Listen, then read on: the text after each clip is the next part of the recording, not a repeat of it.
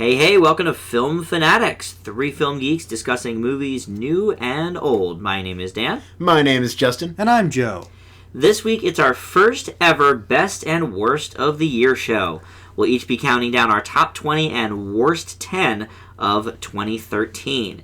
We will return to our usual format next week with reviews of 47 Ronin, Grudge Match, and Paranormal Activity, the marked ones, and more. But this week, the only reviews we're going to have are going to be the triple feature, which includes new classic A Separation, old classic Hot Fuzz, and Oscar nominee 1943's Air Force. And since it is the best and worst of the year show, we thought we would wrap up with that portion and switch it up a little bit this week and do our triple feature first. So we have first in the mix, A Separation, which is our new classic for the week. Now, this was the Oscar and Golden Globe winning Best Foreign Language Film from 2011, the first Iranian film to do that. It was also nominated for Original Screenplay at the Oscars, the first non-English film in 5 years to do so. So we went into this with a good pedigree. Justin and I had seen this previously. Written and directed by Asghar Farhadi, A Separation is about Nadir and Simone, a married couple in Tehran who have started the process of separating, leaving the fate of their 11-year-old daughter Terme in question. Meanwhile, Nadir hires a nurse to take care of his Alzheimer's-stricken father, and when an argument ensues between Nadir and the nurse, she suffers a fall that may have been caused by him, and her in utero baby is killed. It becomes a heated he said, she said, complete with both sides possibly lying and withholding information. A Separation is gripping and intense and is truly the best that world cinema has to offer. The acting is great, specifically from Serena Farhadi, who plays Terme, and I don't believe there's any relation to the director of the film, even though they've got the same last name. But the dialogue is fantastic, and the direction makes it so even we aren't really sure what's happened, but it's not so mysterious that you're disinterested. It really is a truly great film, and I gave it an A+ the first time around when I saw it, and it remains an A+ movie for me. Joe, as the newcomer to A Separation, what did you think? All right, I'll tell you. This movie tries to tackle some very difficult subject matter, and in a culture American audiences probably don't see it too much from. I think the greatest strength of this movie is how it dances around an occurrence we aren't entirely sure about, creating a sense of mystery and tension as to what fate awaits the characters. The dialogue is incredibly crisp, and the performances are rather exceptional. You really feel the humanity of these characters and see it as a struggle that is all too common in modern families. The movie also used some decent cinematography, which is very commendable. However, I felt that the pacing in this film was a bit off at points for me. Maybe it was because that there wasn't that much focus on too many characters at any point, keeping me from connecting with some as well as I possibly could. It's also probably a tough film to watch for some audience members, due to its subject matter. A well-done movie, but probably not for everyone. I give it an A-.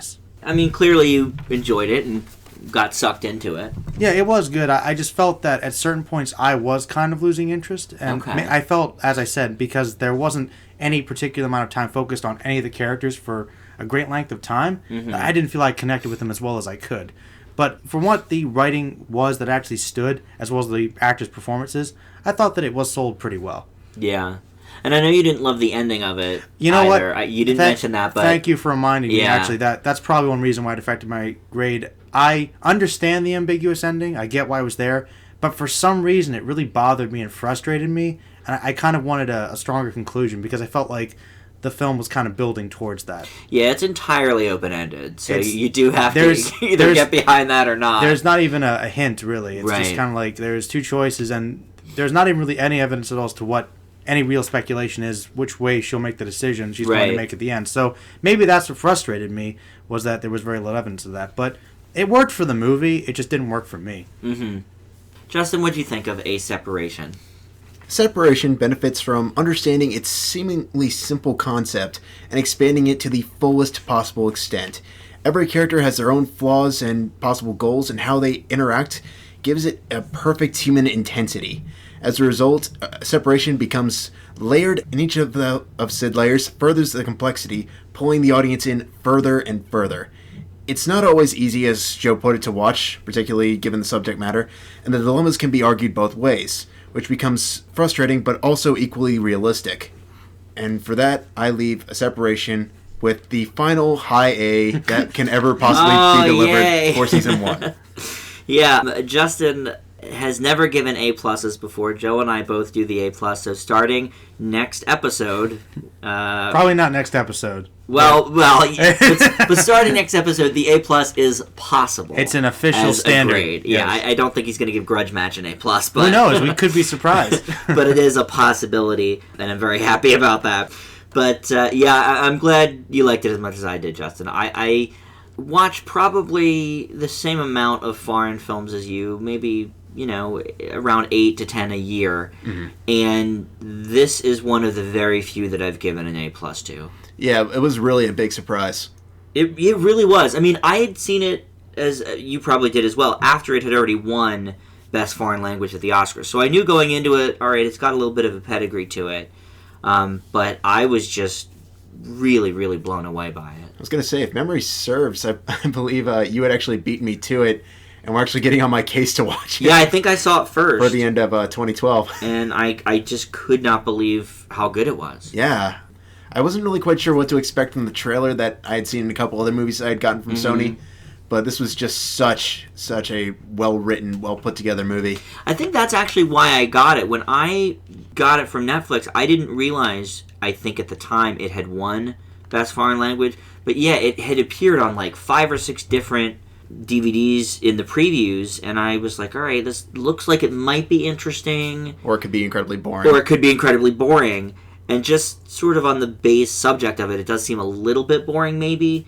But yeah, then you watch it, it's just really good. I was glued. I'm glad we got to see that one. All right, well, up next is our old classic, and that was picked by Justin this week, and that is Hot Fuzz. All right, so Hot Fuzz is about Nicholas Angel, played by Simon Pegg, who is a tough-as-nails cop who's so good at his job that he is making everyone else in his precinct look bad. As such, he gets sent to Sanford, a seemingly perfect little small town, with no crime but a number of mysterious incidents, which prompt the attention of Nick, who eventually begins an investigation. Hot Fuzz is the second of Edgar Wright's Blood and Ice Cream trilogy, and it's arguably for me one of the most confused in terms of its actual genre.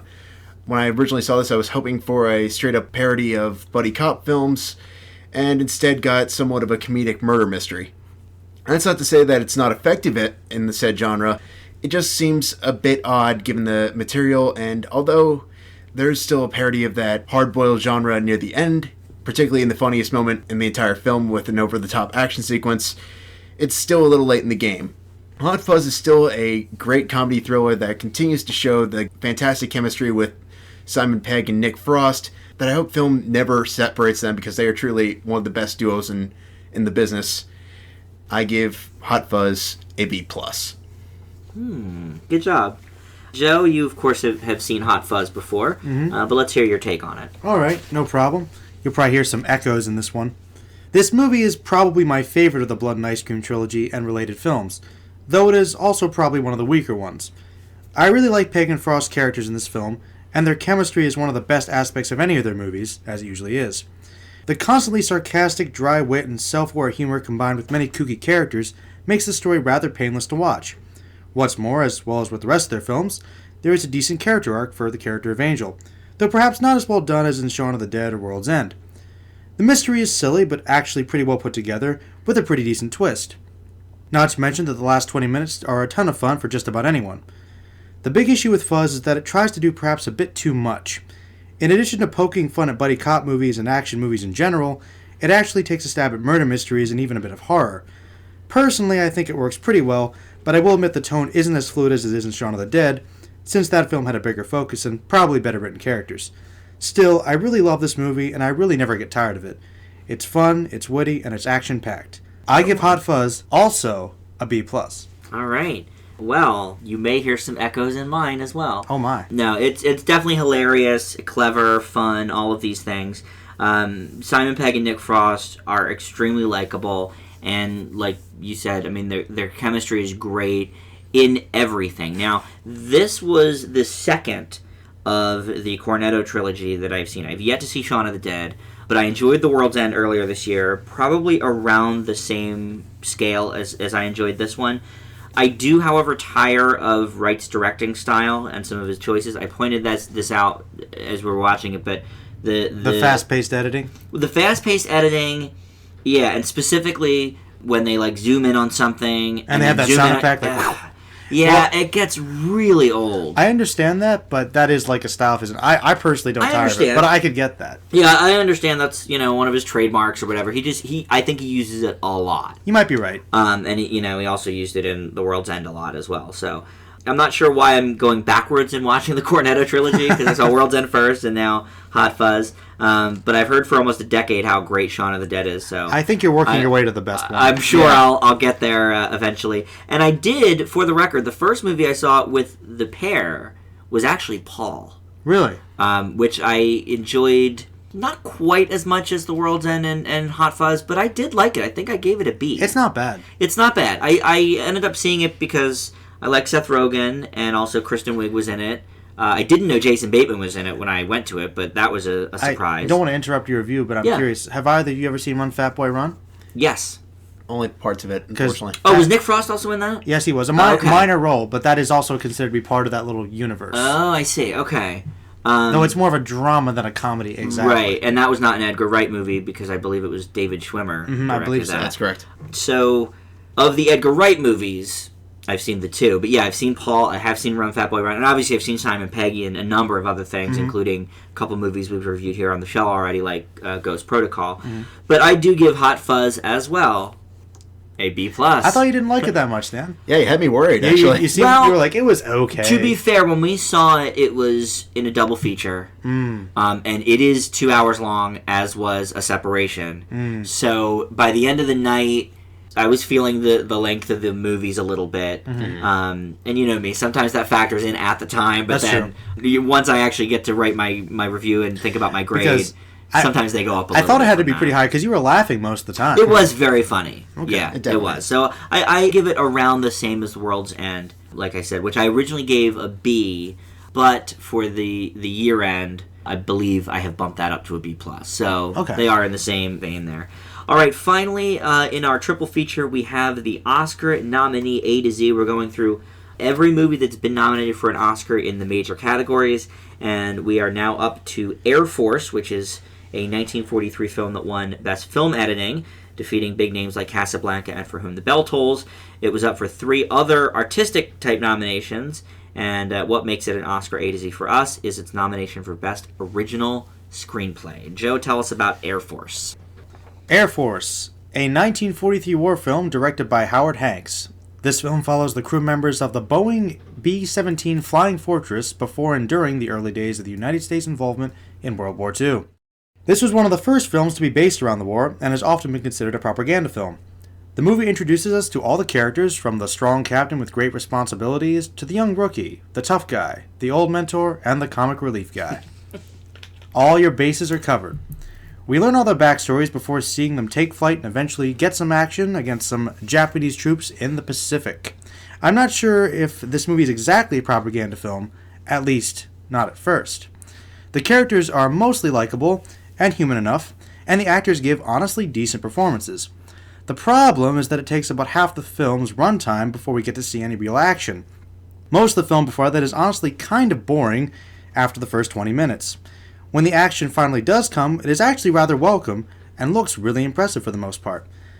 The problem, once again, is that it is shoved into the last half hour of the movie, with almost no time spent on the characters at this point, making even the action scenes seem somewhat tedious eventually.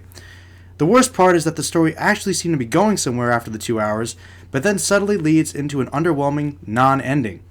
The message afterwards is really just silly and solidifies the manipulative nature of the picture. It wasn't a total disaster, but rather a mixed bag. I give Air Force a C. Justin, what did you think of Air Force? I have a hard time considering propaganda as film because they ultimately end up contradicting everything that makes film an art form. Instead of creating a unique creative vision, it stretches its realism for the sake of manipulating audiences to believe a certain position. Admittedly, these films have varying forms of explicitness, but it festers in Air Force. The film reeks of cliches and drags in more than a couple spots, and it ultimately takes the audience out of the film over and over and over again with complete and utter stock characters left and right, notably the comic relief character that never ceases to annoy. However, similar to the other propaganda film we reviewed on the show, Action in the North Atlantic, the action is exciting, but it comes so ridiculously late in the game that it barely feels worth it. However, on that, and a couple of decent performances that aren't entirely awful, Air Force skirts away with a C-. I do have to sort of take a little bit of an issue with the propaganda aspect of what you just said, Justin. There's no doubt this is a propaganda movie. However, I feel like how you described it is basically what documentaries are. They want you to feel a certain way. And so, to me, it is a propaganda film for sure, but you have to sort of consider how much does that actually detract from it based on the time it was made. So that was true. Sort of my issue going into it. Now, make no mistake, I actually graded it lower than both of you. So I'm not saying I enjoyed it. I'm just saying that as an art form, it does sort of exist in the same realm as documentaries. All art forms are, to varying degrees, certain forms of manipulation. They're all trying to make you feel a certain way. It's just some of them kind of go overboard, and there's a lot more of an agenda with certain films than others. Agreed. And this one's obviously the case, but it's manipulative, but every movie is manipulative to some extent. I guess that was sort of... Or trying to be, at least. Yeah, sort of what I was getting at with that. I thought so. And you guys both said it. There's stock characters galore in this. I will say about the cliched nature of it, that this is from the 1940s, and I think... these were probably the things. Yeah, these were the probably cliches. the things that the cliches are based on, when it comes to later films. I mean, you guys kind of said it all with the action. It comes really late in the game after we've all tired of everything else, the boring characters and the annoying comic relief and all of that. And then once the action does start, it sort of Gets old fast. Really, yeah, because it keeps doing the same exact thing over and over. One thing that annoyed me about it was there was some awesome action, as we both pointed out, but there were a couple really lazy things. Like, for instance, they did reuse a couple shots. Like, I think at least twice I saw that. To offer a brief counterpoint to that argument, though, I've yet to see an old school war movie not do that. It doesn't reuse. I still think that's an issue. I mean, even The Longest Day is guilty of that, and many consider that to be a classic. That might be the case, but it's still annoying me. And then there was one that really ticked us off. What was it? Where they kind of painted on smoke onto the screen? Yes. It was one of the worst special effects, even for that time. Even for the 40s. That I mean, you think about, we've seen The Wizard of Oz and The Adventures of Robin Hood were both years before this, and you'd never see anything like that in either of those movies. It was a completely different quality level. It was awful. It was like they just sort of painted on dots with a pen. The sad thing is I've seen pen. B movies have better effects than that from the time. Truly. So for me, I gave Action in the North Atlantic a C-. I thought this was on a slightly lower scale, so I'm going to give Air Force a D+. Wow. Yeah. Don't blame you. Not a fan. I mean, maybe I was too generous. I don't know. No, I mean, it none of us really liked it, so I think we're all pretty much on the same page. It was okay. Yeah. After 143 movies this season, I mean, what a sour note to end on. Yeah, that's not great for our last review, but you know what? We had a separation in this, which we all gave in the A range, so I'm okay with that. All right, well, let's move into our best and worst of the year. Now, we spent a long time laboring and trying to figure out how exactly to present this to you guys.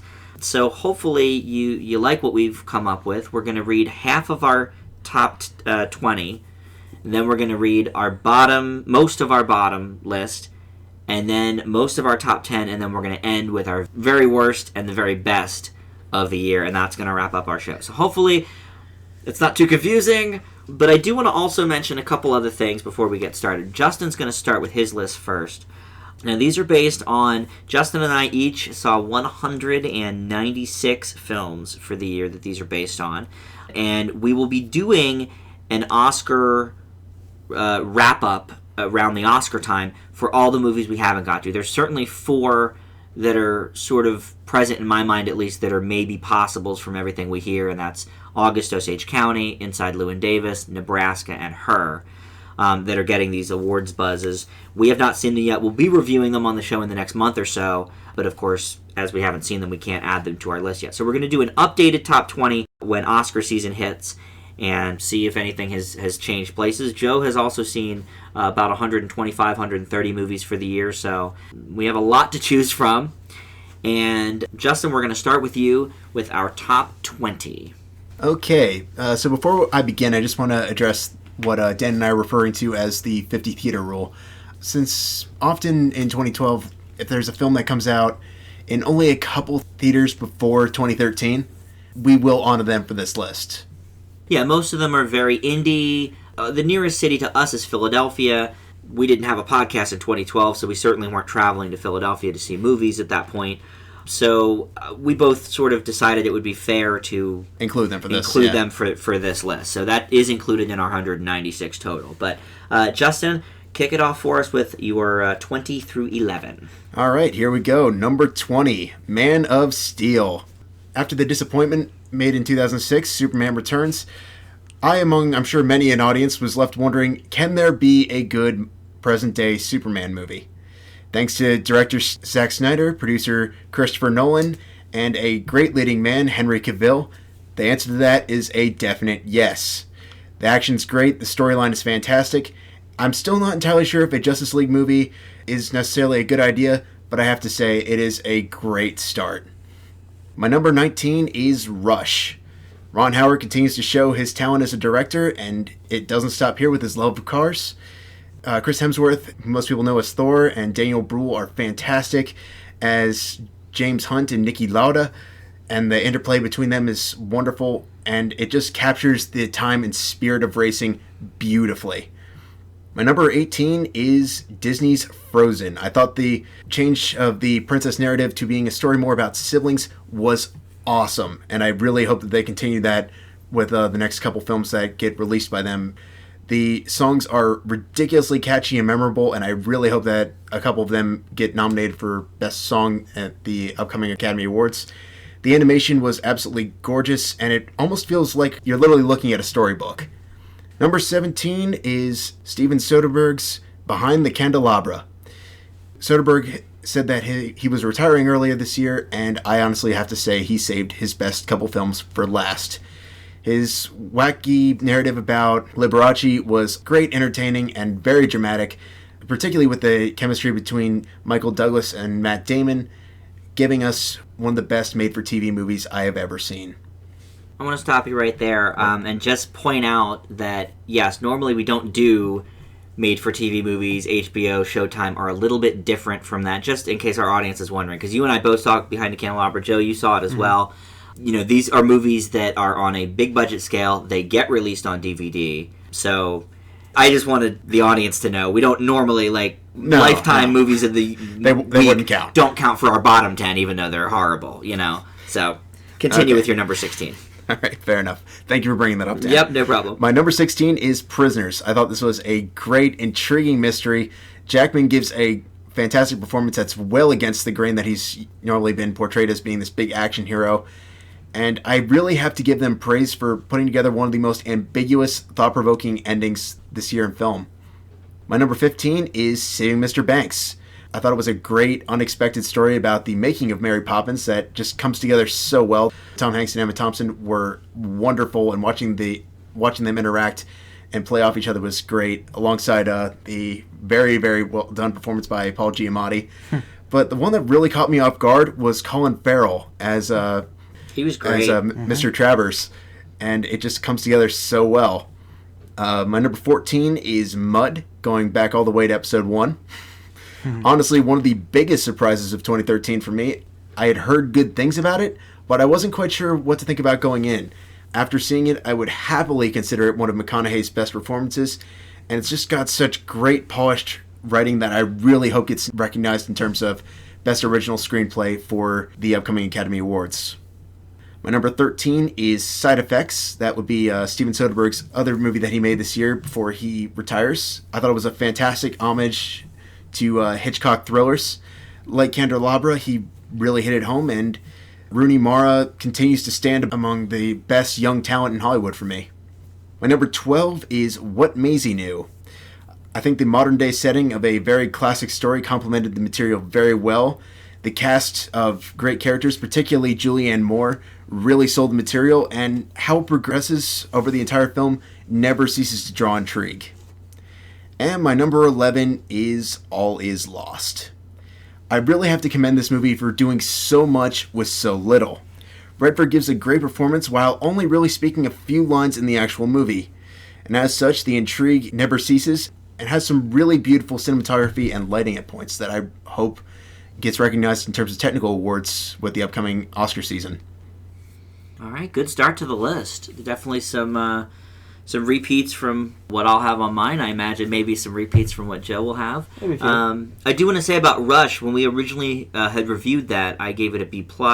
You guys graded it a little bit higher than that. When I was going over all the year-end stuff here, I did bump that up to an A-. And I am really looking forward to seeing it again. Me too. It got some love at the Golden Globe nominations, so, an Here's Oscar hoping. nomination might not be completely out of the question. I don't know. We talked about it here on the show, and I think all really enjoyed it. Mm-hmm. Yeah, What Maisie Knew was also very good. Did not make my list, but I remember you had that very high on your Best of Summer list. I actually just got done watching it. I thought it was really good. I didn't have quite enough time to formulate my thoughts on it, but I do think it was a very good movie. I was curious to hear your opinion on it. I figured you were going to be of the love it or hate it category. And another really good dramatic performance from Steve Coogan. Yeah. Who we just saw in Philomena a few weeks ago. Absolutely. Mm-hmm. So, Joe, do you want to do yours? Your 20 through 11 on the top 20? Sure. Doing the best of 2013. Well, I can tell you right now that there's probably going to be one that's on neither of your lists. Ooh, cool. All right. My number 20 is Ender's Game. I thought there were a lot of great performances, a lot of great effects, and it was a really, really great adaptation to a story that I thought was very difficult to adapt, and I was very satisfied with it. Is that the one that will not be on our list? I highly doubt Okay. it, but, I think you're probably right. But I gave it an A-, and I still stand with it. Nice. All right, my number 19 is Mud. Also going back to episode 1, this was a really great surprise to me. Great start to Film Fanatics. Kind of made me realize these guys had some good choices. Might want to come back for future episodes. But no, Mud was one of the great McConaughey performances. Not necessarily the best on this list, perhaps, but definitely a really good one. Really great, gripping story, as Justin, pointed out. It was really gritty, and I thought there were some really great child performers in this. They did a really good job. It was rare to see that.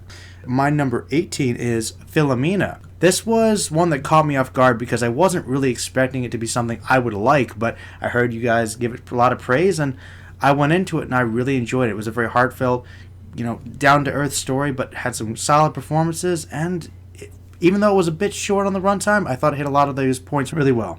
My number 17 is Captain Phillips. Great Tom Hanks performance. Based on a true story, I thought it really brought that element to life. Those newcomer actors, I don't remember their names, but man, they really made a good impression on me. Barkhad Abdi, I believe. Barkhad Abdi is up for Best Supporting Actor at the Golden Globes. Really? So, maybe an Oscar for him, nomination as well. I really hope to see him in other things because I think he honestly rivaled Hanks if he didn't do better, as Justin pointed out. He did great. And this is, if you don't know, Joe, this was his first ever anything. He never did any acting. acting. He did an open casting call. He told the story on Conan. He did an open casting call with about 300 other Somalis, and he got the part. It was the first thing he'd ever done in his life, and yeah, he killed it. It was absolutely wonderful. He was by far my favorite thing about the movie, but I also liked the directing. I liked the camera work. I thought it was really good. Brought the whole thing to life to me, and it was pretty gripping for the most part. My number 16 is The Wolf on Wall Street. Now, originally, I believe I gave this a B+, but in retrospect, I gave it a little bit higher of a grade because I've been seeing a little bit more of it, and it left a good impression on me. It was very entertaining, a bit rough at points, but I thought it was a very good DiCaprio performance as usual, and the little bit of McConaughey was great as well. And Jonah Hill really has impressed me more and more every time I see him. Number 15 is Rush. Ron Howard, great directing once again. I thought Hemsworth gave a great performance. Oh, yeah. As did his rival. What was his name? Daniel Bruhl. Daniel Bruhl. I haven't seen him in too many things, but he's doing a great job as well. I'm not really into racing movies, but this movie utilized that to tell a much better story. And once again, something that was true. And it was just so entertaining. And Ron Howard really does know how to tell a good, solid story. Number 14 is on my list, and it is Gravity. That is surprising, Joe. That caught us off guard. Yes, I will admit that I personally had some issues with it, but I can't deny how fantastic the cinematography for this really was. The special effects were fantastic, and Sandra Bullock did an amazing job. I think she's a good actress, and this is one of her best roles ever. And George Clooney, of course, did a great job for his little bit as well. It was a really entertaining movie, and I definitely want to go back and watch it again. Number 13 is Monsters University. This will probably make Dan pretty happy. Very happy. It's kind of sad that I almost forgot about it, but then I realized, I can't make a top 20 without this. I mean, absolutely. It's true. One of the great Pixars. And as I mentioned before, I'm not a big fan of Monsters, Inc., but for some reason this film really resonated with me, and I thought it told a really good story. I loved the characters. I loved the animation. It was goofy, it was funny, and it was pretty impressive. I really loved it, and I've watched it several times, and I haven't gotten tired of it yet. Number 12 is one we watched very recently, and that is The Secret Life of Walter Mitty. I think that this is probably one of Ben Stiller's best directing efforts I've seen. I loved the music, I loved the cinematography, I loved the scenery, I loved the story, I loved the characters. Was it perfect? No. But was it enjoyable? Did it have a great message and a good story? Absolutely. Number 11 is Trance. This movie was something I was very surprised about. It is something that I definitely recommend to people who really want to pay attention to the plot. It's something that definitely you could gain a lot from many repeat viewings. I, of course, am a fan of the surreal and the cerebral, the atmospheric, and this movie has this in abundance, as well as some amazing performances and some really unique ideas. It was a great thriller, and I really enjoyed it. It took me by surprise.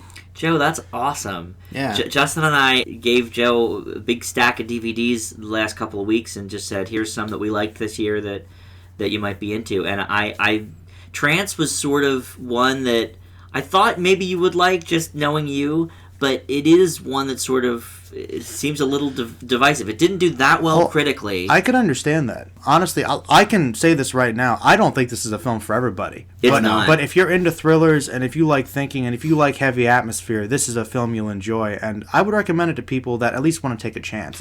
Well, and you're absolutely right that you really have to pay attention to it. I'll be honest. I had to take a few backsteps because there's a point towards the middle of the film where it gets really, really condensed with all these different plot points. You're not sure what's real and what's not, what's taking place when. So you really have to pay attention. But it does come together in the end fairly well, I think. Yeah, and this is a Danny Boyle film, who I'm a huge fan of. Slumdog Millionaire, obviously great. He's done a couple other movies that I really enjoy. So I'm glad that you got to see it. I'm glad you got to put it on your list.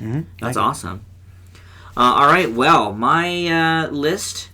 We'll start here in a second. My top 19 was very simple. They were all in the A+, A, or A-, but at one point I had considered maybe making them an A. They were all in that category. So my number 20 was sort of a question mark. Wasn't sure what I was going to do with that. There's a lot of A-, including Trance, that I thought this might be a good slot for that. Star Trek Into Darkness was another one. But my number 20 is The Spectacular Now. This was a great, great romance that came out very limited, but hopefully if you haven't seen it, you can catch it on DVD pretty soon. Miles Teller, I think, is a great young actor. He's been in some really terrible movies up until this one. I don't recommend 21 and Over, for example. But he's going to be in this movie called That Awkward Moment coming out shortly. And Shailene Woodley, who I love... or Shailene Woodley, who I love from The Descendants. Very, very good jobs from those guys, and just a really good story. My number 19 is Captain Phillips.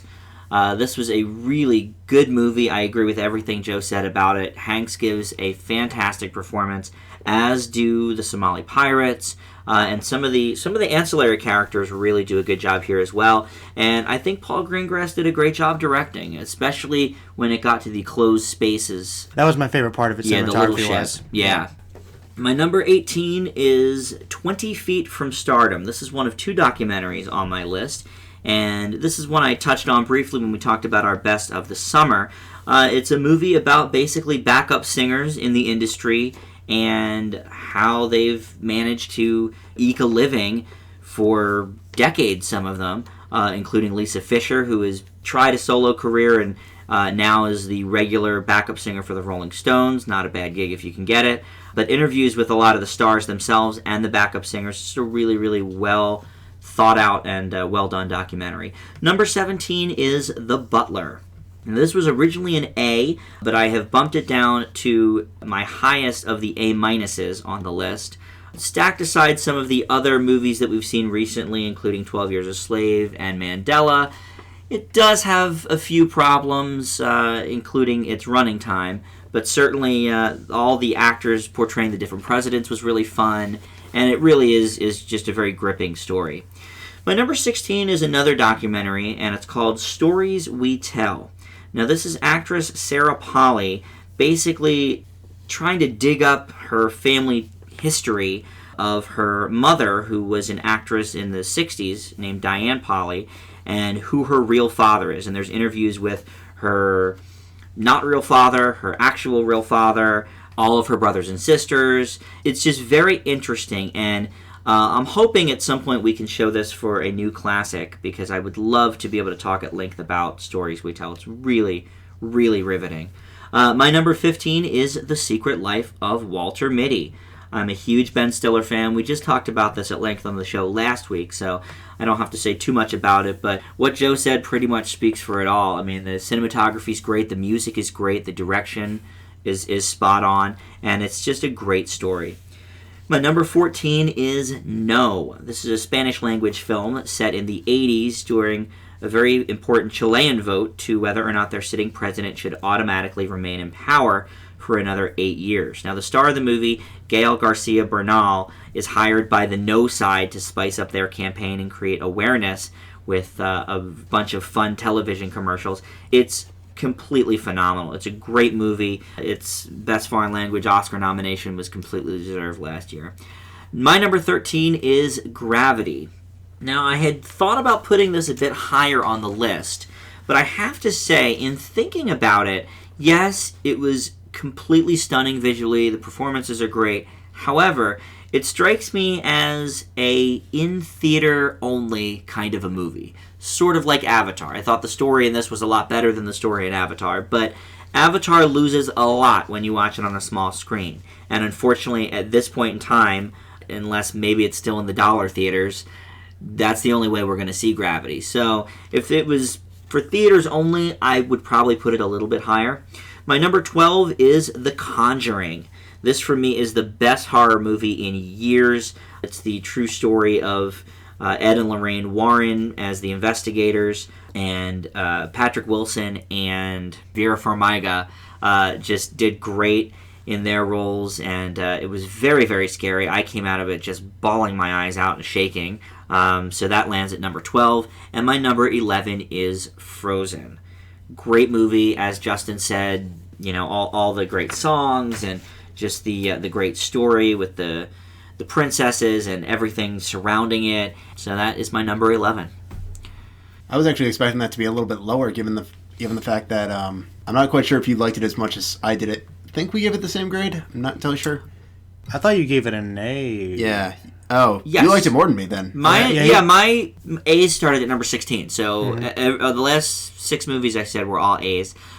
I will say this about Frozen. When we originally talked about it on the show, I had said it's the best animated movie since Toy Story 3. I no longer agree with that statement, because obviously we haven't heard about Monsters University on my list yet. Frozen, I think originally I liked it more than on the subsequent viewing. It, to me, is at this point a little bit more like a Tangled, whereas, you know, you can watch it multiple times and still got that oomph to it. Songs are still good.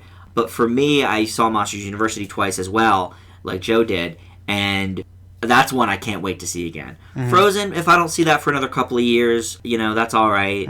I'm sure we'll watch it for a new classic at some point and talk about it again on the show, but yeah, that's why that's number 11.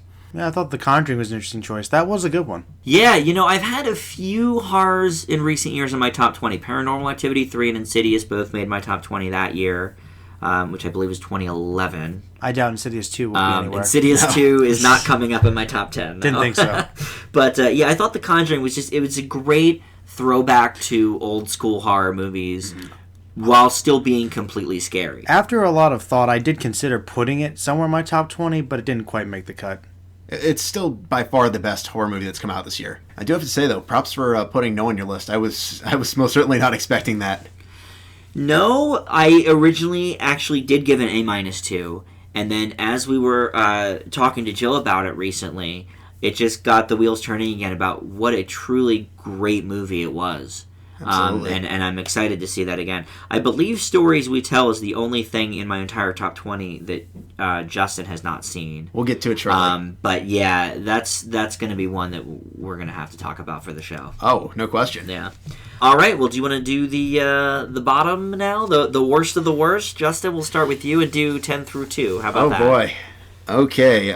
Number 10 would be the horrible, yet can't believe hilarious, and that would be Sharknado. The only reason I'm sure this probably counts is the fact that it got a theatrical run, and it is a truly terrible movie, but it is so hilariously so, and I would unquestionably consider this the most entertaining film that I watched on this list. That said, it is still a bad movie, so I have to make it my number 10. My number 9 is The Factory. I have no tolerance whatsoever for bad writing, and this is a poster child for it. The entire twist of the film is blatantly obvious within the first 10 to 15 minutes, and the fact that they try to play it off as this gigantic, shocking thing in the finale is ridiculous. It's a completely disturbing and ugly movie, and I do not recommend it at all. I'm not familiar with this movie. I never heard of it. Who's in it? What's it about? John Cusack, Jennifer Carpenter. It's about this guy who's trying to track down this kidnapper who's been hunting down and killing women, and eventually he gets a hold of his daughter, and it just gets really, really, really creepy. And Is Malin Ackerman in it? I don't remember. Because John Cusack was in a movie with Malin Ackerman that came up on my Netflix that looked horrible. Huh. I'm gonna check and see if that's The Factory. Doesn't sound like a winner. Oh no, it's bad. It's really, really bad. Sounds awesomely bad, possibly. No, not even. Oh, it's not The Factory, which means John Cusack was in 2 horrible, apparently, movies this year. Yeah. Wait a minute, was it The Station? Number Station? That's what it was, The Number Station. I saw that one, and that was 2012? No, that was 2013. Oh, wow. Well, if I'd known that, I might have said something. But, now that's a pretty bad movie. Okay. All right, my number 8 is Jack the Giant Slayer. Now, before I go further with this thing, I want to go into detail that before I started this, Dan texted me 2 words that I think summarize the entire thing. Good luck. And oh my gosh, I didn't understand it until it was all too late. Bryan Singer has yet to make a good movie post X-Men, and this is among the worst. It seems to think that because it's escapist entertainment, the audience should be willing to accept that, but it just is horrible all around. The visual effects are near sci-fi level standards and has arguably some of the worst one-liners ever committed to film. It's plot hole ridden and just unbelievably ugly and campy. For the record, I gave it a D+. I just knew that you would hate it. I didn't like it, but I knew it was gonna not be good for you. I don't know if I gave it a grade back when I saw it, but I don't think it was horribly bad. I thought it was dumb, certainly, but not the same level you're going for. It's like, it's way too dark for kids. It's way too goofy for adults. It's just downright sloppy. Number 7 is Baggage Claim. This looks and feels like a direct-to-DVD movie, and it does little to change that perspective. Its plot is completely obvious, the twists are wildly predictable, and the protagonist is so unlikable and self-absorbed, and little is done to change that. Number 6 is A Good Day to Die Hard. It destroys everything that made Die Hard 1 a great movie and even a potentially great franchise. The action is lazy, loud, and obnoxious, and even Willis doesn't seem to look like he even wanted to do this. If they make another one, I really hope they pay attention to everything that they did wrong in this one, so it does not repeat. My number 5 is The Host. The plot is completely nonsensical and is laughable at best at times. It's boring, and the acting is atrocious, and the voiceover that is nonstop throughout the duration of the film becomes overbearing at minimum. My number 4 is Scary Movie 5.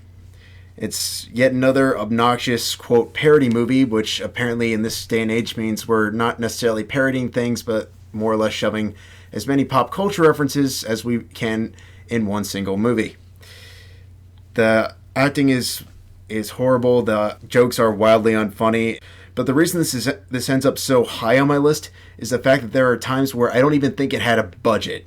And it just tries to find really cheap ways to do things so they don't have to spend money. Like showing a toy car to show that they're driving. Yeah, that was bad. It's a horrible, horrible movie. My number 3 is Getaway. Its storyline is awful and completely pointless. Selena Gomez, that is, may very well be among the worst young talent in Hollywood that I've ever seen. Just unbelievably bad in this film. I hope she gets a Razzie. And there are so many gaping plot holes in this film. I literally do not know where to start. When you said I hope she gets a Razzie, I really thought you were going to say I hope she gets murdered or something like that. No. Just the way you were talking. I would not post. I would not say that on a radio, Yikes. on a podcast. No.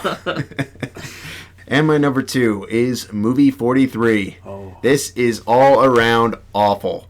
The sketches could have potentially been funny, but they are often awkward and even a little bit disturbing. And any form of narrative is useless and often just brushed to the side. It's more shocking that they actually got big-name celebrities to be in this movie. It's just unbelievably bad. I don't know who had dirt on who in that movie, but what is Kate Winslet and Hugh Jackman and Richard Gere and everyone doing in this movie? Some of them, okay, Kieran Culkin, I'll give you that. But, there's a lot of A-listers in this somebody movie. owed someone a favor. Many people had somebody had dirt on, Hollywood's elite. That's the only explanation. All right, Joe, why don't we hear from you with your bottom 10 through 2? All right. My number 10 is probably the best movie on the list because there was a big discrepancy between the C- and everything else. So my number 10 would be The Internship. Honestly, not a horrible movie, but honestly, a little less than average. Some okay performances, but ultimately pretty cliche and forgettable. Not really one I'd recommend. My number 9, after some reflection, looking back on it and some conversations with these guys, it's going to be Machete Kills. It's a pretty bad movie. It's pretty bad. I did enjoy it more than some people did, and I do still think that it was supposed to be bad, but it still could have been done better in that vein. My number 8 is Sharknado. Sharknado is, I don't know how I'd describe it. I guess some people would say it's a so bad it's good movie, and I get that, but it's one of those ones that's so dumb that unless I'm with a bunch of friends in the right atmosphere, I really can't enjoy it. I hate Sharknado. It's my number 8. My number 7, even though I do have a deep love for it in a sick kind of way, is Runner Runner. It's a really terrible movie. It's god-awful. It's dumb. There's nothing really redeemable about it except the fact that it is so dumb, and people are... Ben Affleck is sort of trying, and I think that's just kind of hilarious in contrast to everything else, but... You just have to see it because it's so bad. I can't, and you could tell from the trailers that it was got to be bad. But the guy that edited the trailer did such a good job. They had to connect completely unrelated events to make this movie seem good. And you know what? It wasn't good, but I was entertained by how bad it was. At least I'm proud of you for this list. I was going to say I'm kind of glad Runner there are Runner. actually bad choices on this list. No, all these movies are bad. Yeah. I promise. I saw some bad ones. Number 6 is The Host. This movie destroyed me. Okay, honestly, it looked like a really low budget, soap opera, but nowhere near as interesting. And the dialogue was horrendous, and I just couldn't get into it. I think it was unwatchable. I think it was virtually unwatchable. My number 5 is one that I think I was a little too easy on, and it's just one of the ugliest animated pieces of garbage I think that they've tried to schlock at kids, and that's Freebirds. Good choice. Freebirds was dumb, and after sitting and thinking about it, other than George Takei, there was nothing about the movie that really made me laugh. I thought the storyline was terrible. They didn't know what they wanted to do. I think they just threw this together and said, hey, Thanksgiving, why not? And he didn't really even have any funny lines. He was just George Takei. It was just his charisma that made it enjoyable. And that's the Time Machine. If they did a spinoff on him, I'd probably go see that. But Freebirds, that's true. Freebirds was really dumb and had virtually nothing good in it. And I couldn't get over how ugly it looked. I just thinking about that's probably what lowered it for me. Is the animation just wasn't what attractive. Looked terrible to me. It just wasn't attractive at all. My number 4 is R.I.P.D. I'm sorry. I hate it when they rip off movies that I love And if you're going to rip it off, you got to do it well. And this is the polar opposite of that. Jeff Bridges, come on, man. I know you're not desperate. Better than that. Justin would say you're desperate, but there's got to be another explanation. Ryan Reynolds, you can do better too. Come on, guys. This was schlock. It was terrible. My number 3, I once again, my grade lowered because I realized it destroyed something I also really loved from my childhood, and that was Walking with Dinosaurs. There's no excuse for no creativity in writing. When you have a completely vast amount of information to pull from your own history of the world, you can make it even slightly more interesting and educational for kids.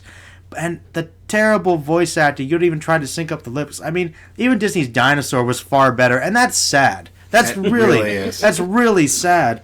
I'll say it again. If they had just done a documentary, it would have been 20 times better. I guarantee it. Even kids would have liked it. If nothing else, they would have looked at the cool dinosaurs. Number 2 is Getaway. What can I say? The editing in this movie just made my brain hurt. The story was incomprehensible. The acting was terrible. Ethan Hawke, what are you doing? It was horrible. It's unwatchable, but it's not my number 1. I'm intrigued and excited. All right, well, I have not seen Sharknado. I can't imagine it not being in my bottom 10, but I didn't see it, so that one I have to deflect to you guys on. Have some friends. I'm sure it's awful. Get some alcohol, get some friends over. It's a better time. I'm sure it would have to be. It's the only way it could be. Yeah. All right, well, for me, my bottom is sort of similar to my top in that the bottom 9 are all Fs, and my number 10, I had to pick one of the D movies, which many were on your list. R.I.P.D. got a D from me. Machete Kills did. I think Runner did also. But the one I went with is The Counselor. Because all of the movies we just mentioned, I at least could decipher what the plot was. I had no idea what was happening in The Counselor. The acting was decent, but other than that, I don't know what happened in the movie. You know what? I actually did consider putting it on my 10, but I did like some of the aspects of the movie enough that I didn't see it as being that bad. Yeah. And I know Justin kind of gave it in the middle range. Felt pretty much the same way. Yeah, I mean, there were some good things. There were some very bad things. Very bad. Very, very bad things. It's interesting you say that because you're right. I mean, at least all those other movies that were bad that even we've mentioned, you probably could somewhat gather what the plot was. I feel like if they just had like 5 to 10 minutes of solid dialogue explaining what was happening, the movie would have been fantastic. Yeah, like when you look at all of my D's, and Baggage Claim, Justin was one of them, I at least can give you a plot synopsis of any of them. Mm-hmm. They're not good movies, but if I had to pick one D to drop down, and I did, it is The Counselor. My number 9 is Walking with Dinosaurs. I'm with Joe on this. This is the worst kids movie of the year by far. Freebirds was not much better, but Walking with Dinosaurs was just the worst of the worst. It's one of the worst kids movies I've ever seen. The mouths not moving, and then the voice over not syncing up with atrocious dialogue. It's so bad. And then the wraparounds with Carl Urban. We talked about it last week, so I don't need to go into it, but it's bad. Number 8, The Fifth Estate. Benedict Cumberbatch has had a great year in some really good movies. However, The Fifth Estate, in which he plays the lead, was not one of them. It's just not good. And, I said it when we reviewed it for the show. If you're going to do a biography movie, you can't just make people up. And that's what this movie did.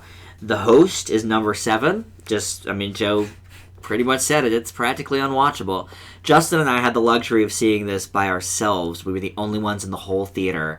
And that was for the best, because some of these movies on here, I wish we were alone in the theater so I could spout off about it. But yeah, I was yelling at the screen about The Host. My number 6 is one that divided Justin and I, and that is Only God Forgives.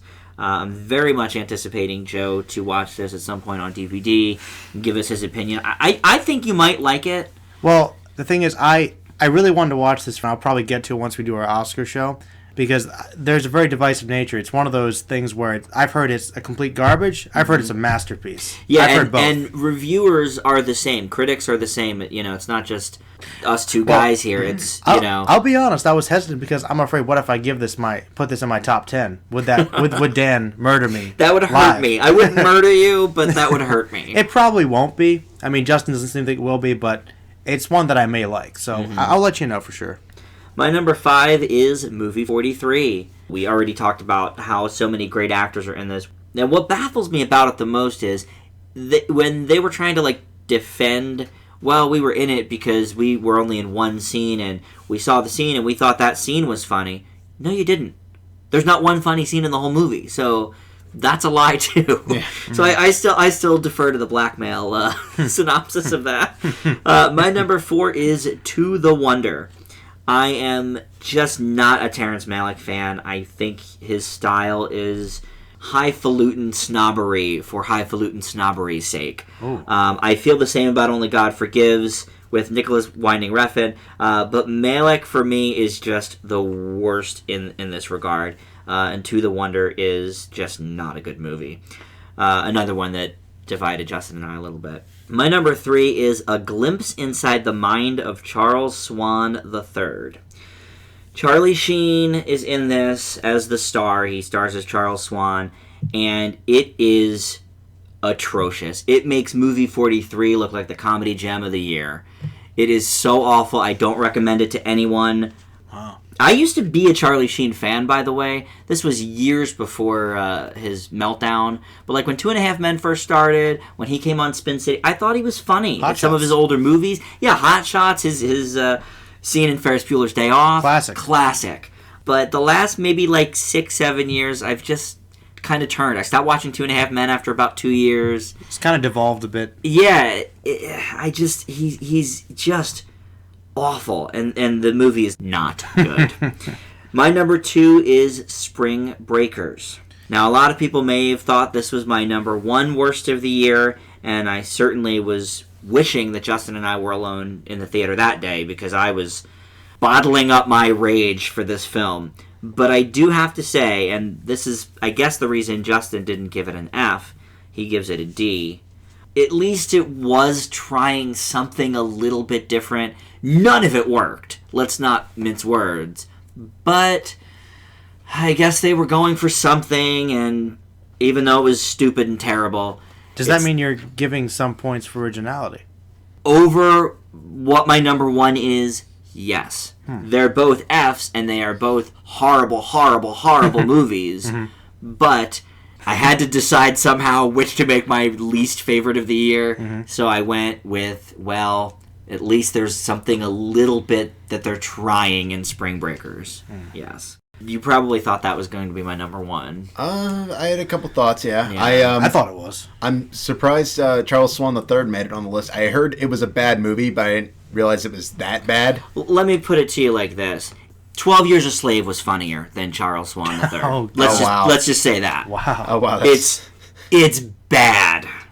Neither of you have seen it. I don't recommend it. Because when we do the Oscar wrap-up, we're only going to review our top 20s. We're not going to revisit the bottom 10s. No point. So there's no point. I'm not going to watch Sharknado. You're not going to watch Charles Swan III. Everybody will be happy. Sounds gloriously bad, yeah, though. it's terrible. All right, so Justin, I'm excited. Now we're back to the good movies. Enter Justin's best of the best of the Okay, best. here we go. Number 10 through 2. My number 10 is one that Dan already talked about, and that would be No. It was up for Best Foreign Feature, and deservedly so. The look is so authentic, it honestly resembles a documentary, and it could have fooled me. It gives great performances, particularly from Gael Garcia Bernal, and it really helps complement a story about changing the world through media. I totally thought it was a documentary when I saw the preview for it. Yeah. Because the way it's shot, which was a brilliant choice. Oh, yeah. Absolutely.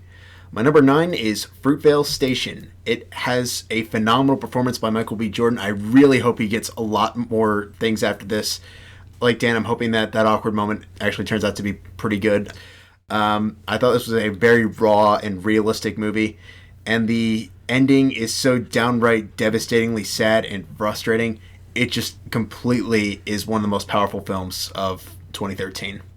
My number 8 is Gravity. Now, while everyone kind of praises the 3D for this, I thought the narrative and the performances were really the star of the show of this film. I think it's by far my favorite Sandra Bullock performance, and it really just tells an intelligent and intriguing narrative in about 90 minutes that could easily be viewed for future analysis in multiple viewings afterwards. My number 7 is the documentary How to Survive a Plague. I thought it gave a really deep and elaborate look into into the fight for AIDS medication, and it really shows the heroes and villains from the frustrating way people have really tried to push the agenda. And despite these frustrations, it really does show how much progress has been made and how much further it really has to go. My number 6 is Philomena. It's just a well-told story with really great characters. Obviously, Steve Coogan is fantastic. It's a really great change of pace from Judi Dench's much more serious characters like playing M in the James Bond franchise. And it's just a really, really well-told, really well-written story that honestly never drags within its kind of short running time, which I think you both mentioned you kind of wish was a little bit longer. Yeah, I could have used another 10 minutes. Yeah, we want to expand on that whole religious subplot. Yeah. Number 5 is Dallas Buyers Club. I thought this was just a great story with great characters. It's by far my favorite Jared Leto performance, and his interactions with McConaughey are phenomenal. It doesn't hold back, and the result gives the audience an honest look at the early days of trying to get medication for the AIDS virus. My number 4, and I'm sure Dan's going to argue with me heavily about this, and it is Side by Side. The conflict between digital and versus 35mm film is a very prominent debate in cinema, and it really begs the question of, is a movie a film even when it's not exactly a film? The host of the documentary, Keanu Reeves, really shows how much he knows about the subject matter and really presents both sides of the argument so well, and looking at how it's impacted the past, present, and potentially the future of cinema as we know it. Yeah, by far my least favorite on your list so far. I didn't see it, but I believe I heard something positive about Keanu Reeves from Justin. Yeah, dare we say it. Pretty impressive. That's pretty cool. It's really awesome to see how much he knows about this. That's cool. But moving on to my number 3, which is 12 Years a Slave. Director Steve McQueen amazed me with Shame, as we talked about early on the show, and he's done it again, and I would happily argue even better. The entire ensemble gives phenomenal performances, and I hope at least half of them get some degree of a nomination. The great story of fighting to retain hope in a hopeless situation just fits the bill so well. And my number 2 is one that I really hope doesn't end up getting snubbed at the Oscars, but I don't think it's entirely unlikely, and that is Short Term 12. I thought this was just a great, realistic story that hits home so well. Brie Larson gives one of the year's best performances, and I really hope she gets at least some recognition for her role as Grace in the film. I thought it was just a film that's almost as equally as funny and touching as it is tough to watch and heartbreaking at times. I was borderline tears near the third act. I was correct about my guess for your number 1. It's Freebirds, obviously. Yeah, what do you mean? I can't wait for you to tell us how great Freebirds is. Absolutely. Yeah, other than Side by Side, that's a great list. So you'll hear a lot of repeats on my top 10 as well. Joe, let's go to you. All right. My number 10 is Disney's Frozen. I moved this one up because as I was viewing it, I realized that this was a great throwback to some of the classic animated 2D films that I loved and were a big part of my childhood, and this really kind of is on that level, and it gives great performances from the voice acting. The music is really quite great. The animation is stunning. It tells a good story and does something really original, unique, and really amazing with it. And I have to say, I give them huge props for the twist. Not saying I've never seen it done before, but in a Disney movie with princesses, really got me, and I thought that was pretty daring, bold, and enjoyable. My number 9 is Disney's Saving Mr. Banks. This is also, a great film kind of detailing the story of one of the great films of my childhood, of many people's childhoods, and hopefully many more childhoods in the future. And I think it was a very honest story, telling this once again, and there were great performances. We talked about that already. Phenomenal story, especially, Colin Farrell, also great surprise. Great. Everything about it was good. It really held together very well. My number 8, you guys are going to see this on the list eventually. And of course, that's Star Trek Into Darkness. Big Star Trek fan, of course, couldn't have the top 10 without it. Very good. Maybe not quite as good as the first film, but it was engaging, it was enjoyable. The actors did something really great. The writers did something different with the characters, kind of bringing something new and fresh, while I think remaining relatively true to the source material. And I'm looking forward to future installments. It still got me pumped up. I so much wanted to put that on my top 20. It was on and off number 20 so many times. It's okay. It's okay. I'm sure it was a great movie. Tough one. It's a very good one. And the original was in my top 10 for that year. Hey, Trek fan, I gotta represent. That's right. Got to. My number 7 will make you both happy, and that is No. Nice. Wow. No, it was a fantastic film. I thought that it really showed something really unique because it showed how advertising really plays a big part in politics, and particularly in something that really happened in Chile with the revolt and with the revolution, and trying to kind of wrestle and take freedom back in a relatively diplomatic way while still kind of playing a little dirty around the edges there. But it was a really great human story, and it was very well told, and did have that documentary-esque aspect to it that I did enjoy. Yeah. It was very real. And That does make us happy. it did, and I knew it would. My number 6 will probably surprise you guys, but I think it's probably my favorite science fiction film of the year, and that would be Elysium. Elysium was a great atmosphere for me. I loved the world it created. I think Matt Damon gave a great performance. It was really quite amazing. For a second directorial film, I think Blomkamp did an excellent job. Maybe not quite as good as District 9, but it was incredibly solid. And of course, Jodie Foster, for the little time that she was in, she played a great villain. Number 5 is a comedy, and that would be World's End. I'm not sure how I feel about it in terms of the other ones because I love them all so much, but I think World's End quite possibly could be my favorite of the bunch. Wow. I really, really liked what they did. I thought that in terms of character writing, I think that Wright did something really, really different. He really made them, I think, more human and believable, and I think he told a really amazing story, and it was really funny. I enjoyed it quite a bit. All right, my number 4 is Man of Steel. This is by far the best superhero film of the year, and I think that, as Justin said, if DC plays their cards right, this could be a great foundation to a very good franchise. Possibly enough to rival Marvel, once again, if they play their cards right. But nothing else. I think Man of Steel, though it divided people, for the people it did work for, it was a great Superman film, a modern Superman film, and it was quite amazing. I only gave that one a B+, but I do agree that it's the best superhero movie of the year. My number 3 is 12 Years a Slave. This movie, you said it best, Justin. I mean, it does amazing. Directorial was great. The cinematography was beautiful. The music was fantastic. The story was well-paced. The writing was solid. Acting was phenomenal from pretty much everybody, and it definitely deserves some nominations, if not some wins. I mean, if it doesn't get them, I think that would be an outrage. And my number 2 for the year is Prisoners. I think that this was probably the best psychological thriller I've seen in a long time. I think Hugh Jackman gave one of the best performances I've ever seen. I think Jake Gyllenhaal did a pretty darn good job as well. It was very layered. It kept me thinking. A lot of twists and turns. It was very haunting, chilling, disturbing, and it left me quite affected. If you like thrillers, Prisoners is the one for you, and it's probably one of the best written ones I've seen in a long time. Very nice. Good list. And why not bookend it? Because my number 10 is also Prisoners. All right. I think it was a great, great movie, and like you said, I mean, what a thriller.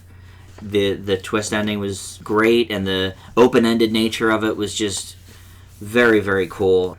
Yeah, it was just so gripping. It was a little bit long, but you didn't feel it. Not at all. You know, it was what, 220 or 215 I think or it something. was longer than that even. It was 2:30, I think. You didn't feel it at all. I was engaged the whole runtime. I was engaged the whole time, and you're absolutely right. Hugh Jackman really gave a great performance. He really sold it for me. Yeah. Now, the one thing I will say though about what you said, Justin, is he's more known for his action roles and stuff, but he is just about the most multi-talented actor out there. I mean, between Les Mis, oh no question, and movie 43. Well, let's what? let's forget about movie 43. You had to bring it back up. I mean, he's quite diverse. For sure. I was gonna say his stage performances. No, but I think what Justin hosting the Tonys was probably getting at was Wolverine. He's pretty much become known for being Wolverine in recent years. And even he sort of admitted that. But I mean, his Oscar nomination is for Les Mis, so I think he's certainly no. well-rounded enough. I wouldn't be, maybe in a different year, he could have been nominated for Best Actor for Prisoners. I don't think it'll happen this year because the competition is way too fierce. But it is a fantastic performance, and you're right, so is Gyllenhaal's. My number 9 is definitely going to be the most divisive on my entire list, and that is Oz the Great and Powerful.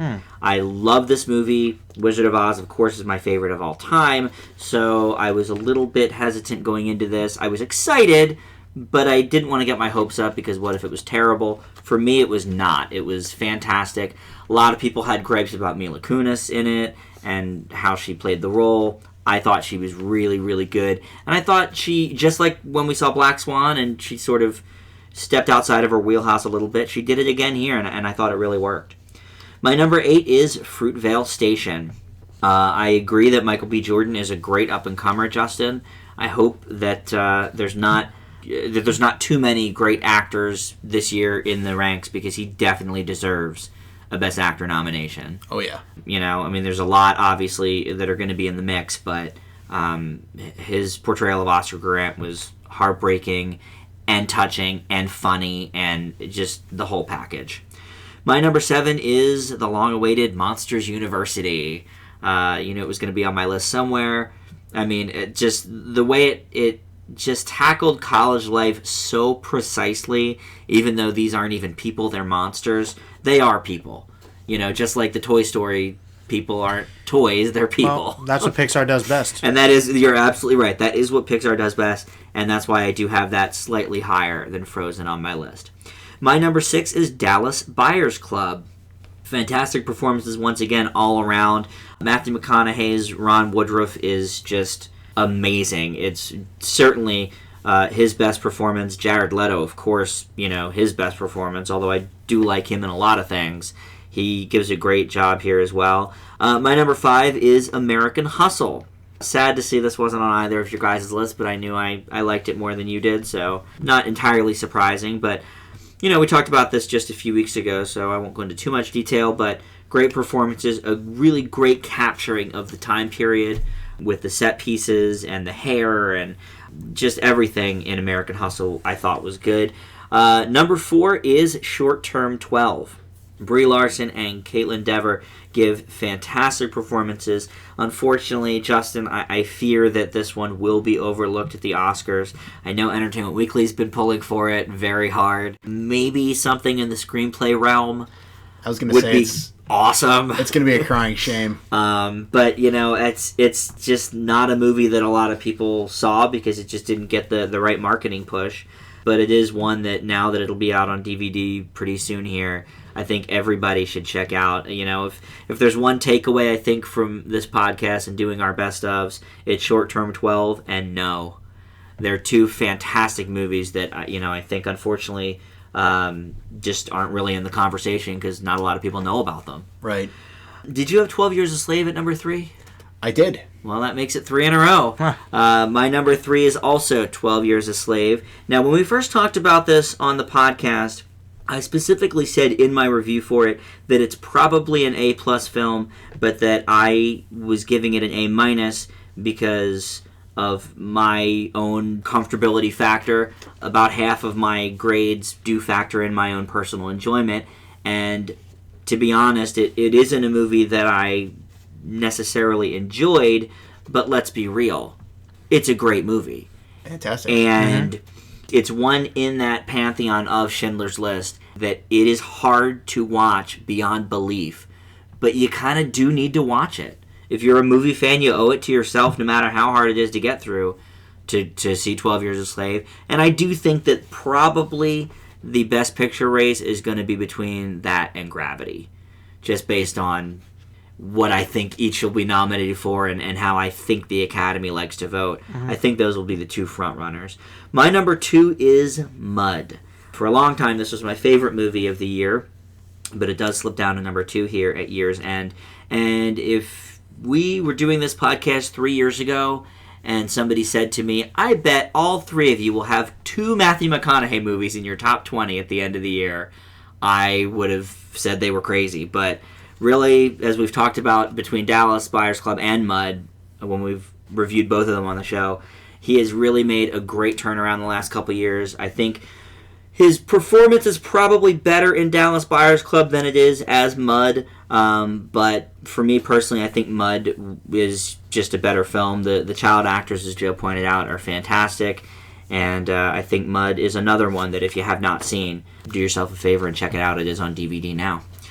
All right, Justin, we've got the worst and the best. Should we do a round robin on the worst and then round robin on the best? I think we should. All right. Sounds good. Justin, what is your least favorite movie of 2013? All right. I actually don't know the answer to this. I have a couple guesses. All right. Well, let's see if you're right about it. My number one would be the awful, awful, awful Tyler Perry's Temptation, Confessions of a Marriage Counselor. I forgot about that one. I thought you were going to go Medea, but yeah, you hated Temptation. Oh, wow. It is an absolutely lazy, borderline hateful script that I just could not get behind. The acting is abysmal, particularly from whoever's idea that put Kim Kardashian in this was atrocious. It's plot hole ridden, it's sloppy. It is quite possibly the most infuriatingly bad movie I have seen all year, and for that, I give it my number one. You know, here's what is funny, because Kim Kardashian, on paper, really is the worst actress of the year. Even though she wasn't, like, a huge part of the movie, but she was in enough scenes that every time she came on the screen, you wanted to shove nails in your ears. But, to her credit, she doesn't actually have any formal training, so I'd still at least give it to Selena Gomez. But putting Kim Kardashian in anything is never a good idea. No. So I do have to get behind that. Yeah, Temptation was truly awful. That was one on my D list. Joe, what is your least favorite of the year? Well, generally I steer clear from Tyler Perry. My number one worst movie of the year is one that you guys both mentioned, and that would be movie 43. I think this was complete garbage. It's virtually impossible to get through. I think it was a prank to pull on the audiences. I think it was. I think it was because it's like, it's serious. I don't think that any sane person could think that these ideas were funny. I mean, they're disgusting, they're offensive, they're dumb, they're not creative. They're just bad. They're really bad, and I expected a lot more. I mean, it seemed like a genuinely interesting concept, and we got something that was just terrible. It's something I would not recommend to anybody. It was a complete waste of time, and it's my worst movie of the year by far.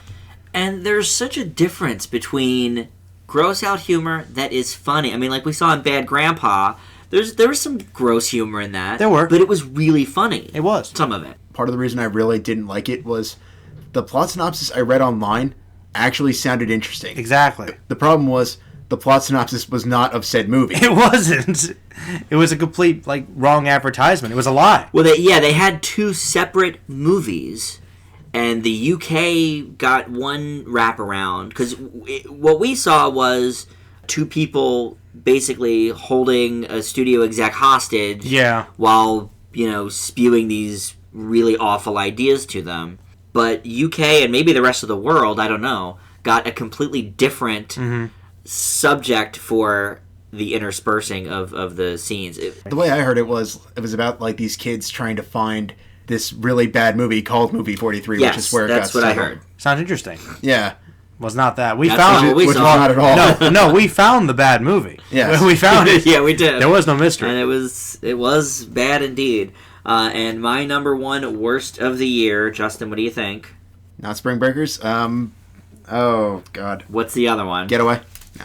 My least favorite of the year is Getaway. Oh. Truly, truly an awful movie. It's really bad. Selena Gomez in my bottom two for the year. I don't know what there is to say about this movie that we haven't already said because it's so horrible. But you can see why at least Spring Breakers, they're about equally horrible. But at least, and you didn't see Spring Breakers, but at least it was trying something. Getaway has just beyond every cliche in the book. The action was horrible. The story was even worse. The acting was putrid. It's a stinker. Justin, let's hear your favorite of the year. My number one is, what a shock, Before Midnight. It's been 10 years since the last installment, and it paid off. The chemistry between Ethan Hawke and Julie Delpy is unquestionably as good as it's ever been, if not better, and they just give such relatable characters that leave me both anticipating and somewhat dreading where they may end up in the next chapter. It's a good number one. That was an A- for me, one that I briefly considered putting in my number 20 slot. Obviously, you have a little more attachment to these characters than I do. I've not seen any but this installment, but I did really enjoy it. I'll be honest, there's one point you made post-screening that I think sums up my entire love of the movie. After Dan and I had saw it, one point that he made was, I've been in those arguments, and in those times I'm more often than most the Julie Delpy character, and I think that's awesome. Yeah, that bummed me out, though, because she's kind of psychotic. She is a little bit. But she is a. I mean, but she's with good certainly. reason. Well, sometimes. Sometimes. Yeah, that's fair. sometimes. They're flawed characters. They are flawed characters, and that makes them human characters, which is sort of my point on the Spectacular Now. I mean, for me, the Spectacular Now is more of like the before series 20, 30 years prior ago. Yeah. I mean, these kids are fresh out of high school. I do. I mean, I'm not surprised it's your number one, but it's a good choice. Well, I saw that coming, but I specifically avoided it because I want to see the other films before I judge it because I feel I appreciate it more. But I definitely will check them out in the near future. I know that's going to happen. Yeah, we should definitely try and do that before the Oscar because revisit. I know how much Justin likes those movies, so I do want to give my opinions on them for certain. But and who knows? Seeing the other two might put it in my top 20, yeah. Could very well for me as well. Yeah. But for now, my number one of the year, 2013, is Dallas Buyers Club. This was, honestly, by far, I think it's Matthew McConaughey's best performance. He just carried this movie. He sold this really very human, very flawed, and not entirely likable character all the time, but, you really got behind him. You felt for him. And the other actors did a great job. Jared Leto, amazing. Jennifer Garner did a really good job as well. The story was really poignant, and it didn't really pull any punches. It was well shot. It was well paced. I loved the music. Loved the atmosphere. I just loved everything about this movie. I did not have any problems with it. I really, really enjoyed it, and I have no problem saying that it's my number one of the year. It was a fantastic film. If you haven't seen it, I highly, highly recommend it. Justin, where was Dallas Buyers Club on your list? I believe that was number 5. Number 5. Yeah, it really says something that it is in all of our top 10s. I believe we've had a lot of repeats in top 20, but other than 12 Years a Slave, it's the only movie that's in all 3 of our top 10s. So I think that really says something about its strength. Yeah, and that didn't get a huge theatrical run. It was only out a couple of weeks in wide release. So if you're listening and you missed Dallas Buyers Club, that's one to definitely check out before Oscar season. All right, well, my number one is Saving Mr. Banks.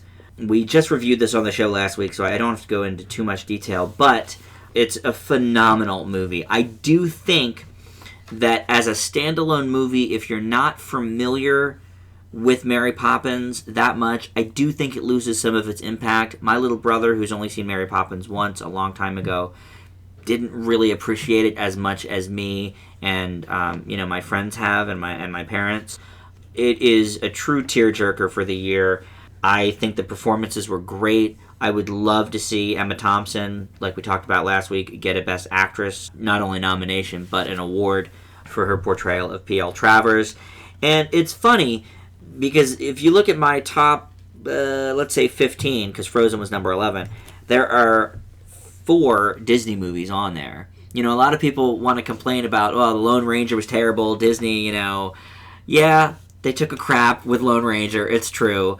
But I'm sorry, for my money, for family entertainment, Disney is absolutely still the place to go. If you look at all the animated movies this year, the only one that made all 3 of our lists was Frozen. The only other one that made anybody's list was Monsters University, and that was Disney via Pixar. Mm-hmm. When I first gave Saving Mr. Banks an A+, I was actually a little bit hesitant. And I thought, I don't know if it really deserves an A+. And then Justin and I took a second viewing of it just a few days later, and for me it was cemented.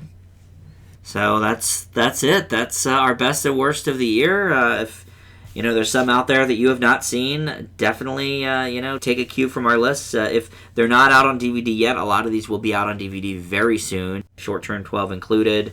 What else? 20 Feet from Stardom may be out already. I'm not sure. It's getting there. Yeah, it's getting there. Fruitvale Station will be out very soon on DVD. So a lot of good choices there. Next week we'll return with our usual format. We're going to start Guilty Pleasure Month for our old classic, which is going to be very exciting. Justin's going to give movies A+, which is also going to be exciting. Again, probably not next week with the the slate of movies, but soon, hopefully. We've got so far, but soon, hopefully. Joe, anything new and exciting on the Merlin page? Well, I'm still gathering questions for my Q&A. Other than that, I've done some watching of some anime series just for fun with friends, and I put them on there. Other than that, nothing really new to speak of.